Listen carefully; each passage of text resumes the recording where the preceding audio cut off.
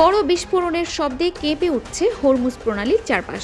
দেখে মনে হবে সব শঙ্কাকে সত্যি প্রমাণ করে যুদ্ধে জড়িয়েছে যুক্তরাষ্ট্র ও ইরান। তবে যুদ্ধ নয়, জলপথের নিরাপত্তা ও সম্ভাব্য সামরিক হামলা মোকাবিলায় তেহরানের সক্ষমতা কতটুকু তা পরীক্ষায় একটি সামরিক মহড়ার আয়োজন করে ইরানের বিপ্লবী গার্ড। মহড়া পরিদর্শনে এসে সন্তোষ প্রকাশ করেন IRGC প্রধান। এদিকে সামরিক সংঘাত এড়িয়ে তেহরানের পরমাণু কর্মসূচি নিয়ে সমাধানে আসতে দ্বিতীয় দফায় জেনেভায় বৈঠকে বসবে যুক্তরাষ্ট্র ও ইরানের প্রতিনিধি দল।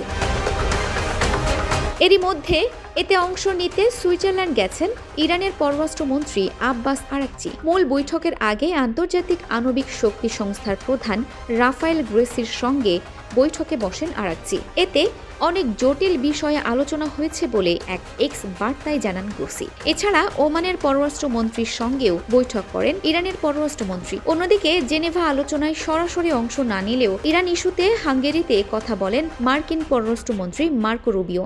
জানান, ইরানের সঙ্গে চুক্তিতে পৌঁছানো কঠিন বিষয় হলেও যুক্তরাষ্ট্র চায় আলোচনার টেবিলে দ্বন্দ্ব সমাধানের। যুক্তরাষ্ট্রের পররাষ্ট্রমন্ত্রী মার্কো রুবিও বলেন, মার্কিন প্রেসিডেন্ট সবসময় সমস্যার শান্তিপূর্ণ সমাধান চাই, তবে ইরানের সঙ্গে সমঝোতায় পৌঁছানো কষ্টসাধ্য।